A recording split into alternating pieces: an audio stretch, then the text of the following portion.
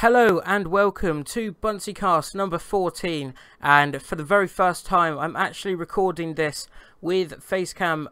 It's been something I've been trying to find out a way to do for a couple weeks now after it was suggested to me by someone, and I didn't know if I'd be able to pull it off, but I have actually made a board and now I'm happy with how it looks. My Facecam does lag a bit, so apologies for that, but we're going to try all this out, see how it goes, and we are back talking about Fulham once again, and it wasn't a good week, was it? I mean, we had Huddersfield. We were all probably hoping that this would be finally a win for Fulham. Obviously, we haven't won since we played Burnley and won 4-2.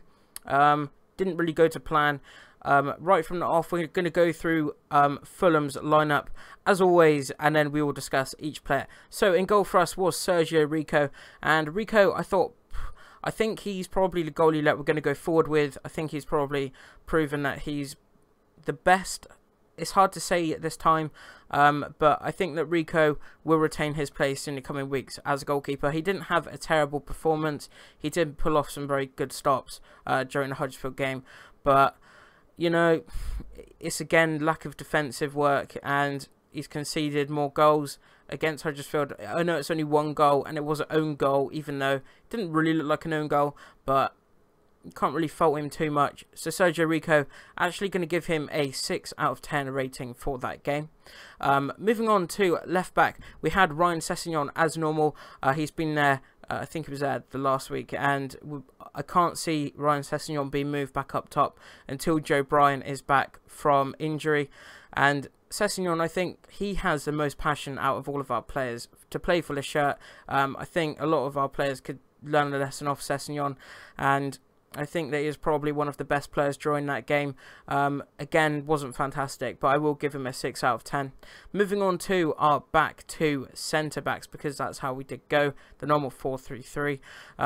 So we had Le Marchand as the first one, and Le Marchand probably has been our best centre-back this season when he's played there, in my opinion. I think he has proven that he can do it. Again, though, I think Huddersfield wasn't his game, not at all. And overall, probably going to give Maxime Le Marchand a 3 out of 10. I think that's probably about what he deserves for that game. So, moving on to Dennis O'Doy. I think that Dennis O'Doy was very poor, as normal. I don't rate him in the Premier League. I've said it time and time again. And overall, probably just going to give him a 2 out of 10. I think his positioning is all over the place, hasn't improved, and I really just want to see us play Mawson once he's fully match fit, or just someone, even Ream, I'd prefer over O'Doy. I just don't think he's Premier League quality. I'm trying not to slate him too much, just doesn't work in my opinion. Moving on to our right back, we had Timothy Fosu-Mensah, and he hasn't been great in recent weeks, and to be honest, Huddersfield was no different, really. Very clumsy, all over the shot. There were signs of good from him, but nothing more really to say on Timothy Fosu-Mensah than that. Obviously, he got the own goal. Very, very unfortunate. You know, there's nothing he really could have done about that. But overall, Timothy Fosu-Mensah, 3 out of 10. Don't think he can really get much more than that for that game. Moving on to Jean-Michael Seri, and I really don't know what's happened to Seri. It just seems that since the beginning of the season, when he was so good, he's just gone down, down and down. And Huddersfield again, no different. He went down even more, and I do think he will get used to the Premier League soon, and we will see him at his best. But at the moment, that wasn't his best game. Again, 4 out of 10 for Jean-Michael Seri. Moving on to the next central midfielder, which was Tom Cairney. Brilliant to see him back from injury, finally making his start into the team. And Tom Cairney, he misplaced some passes here and there. But overall, again, you can tell he has passion for the club.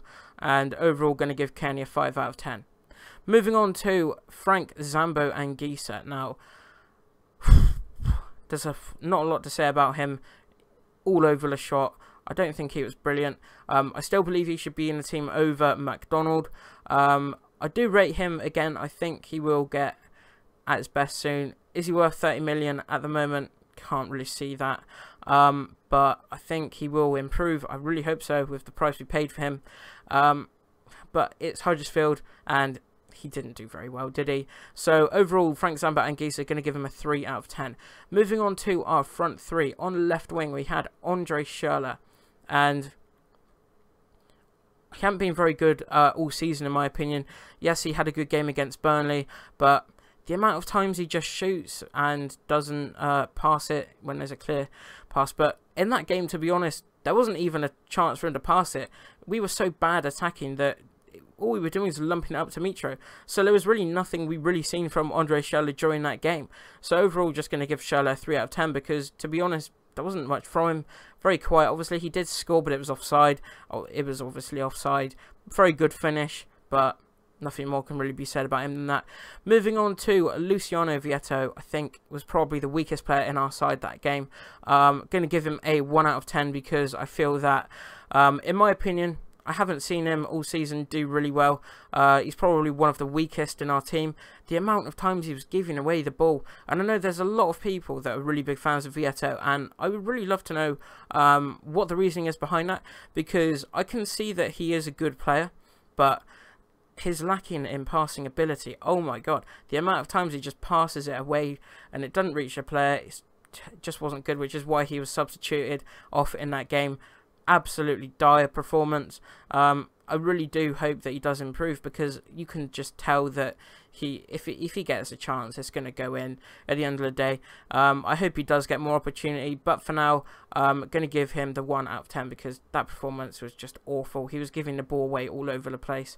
Our attacking all in all was just dreadful. So that does move on to Mitrovic, and Mitrovic, isolated, all we were doing was lumping up the ball to him at all times.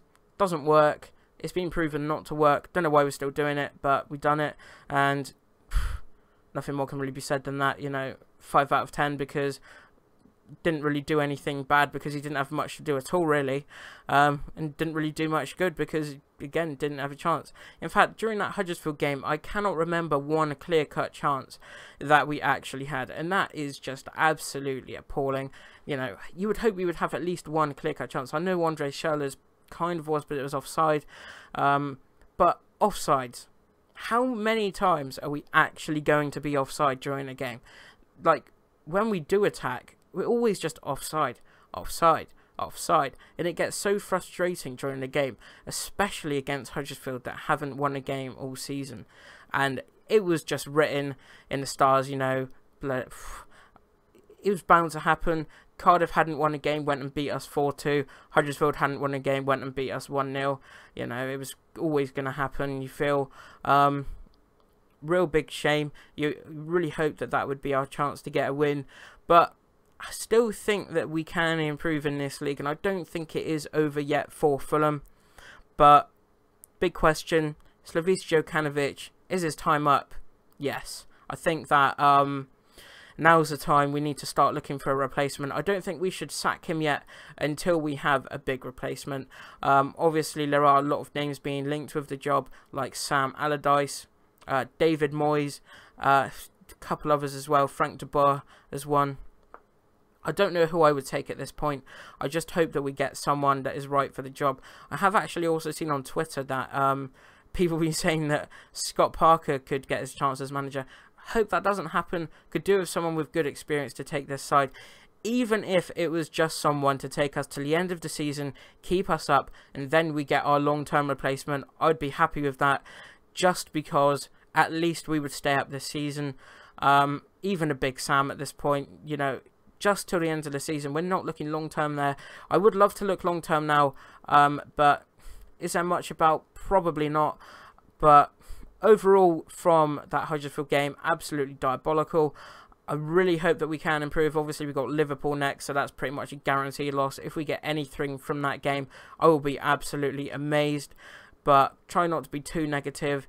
Hopefully, we can scrape a point, because Liverpool did actually lose 2-0 to Red Star Belgrade. So, you know, there could be a little bit of hope there, but not much at all.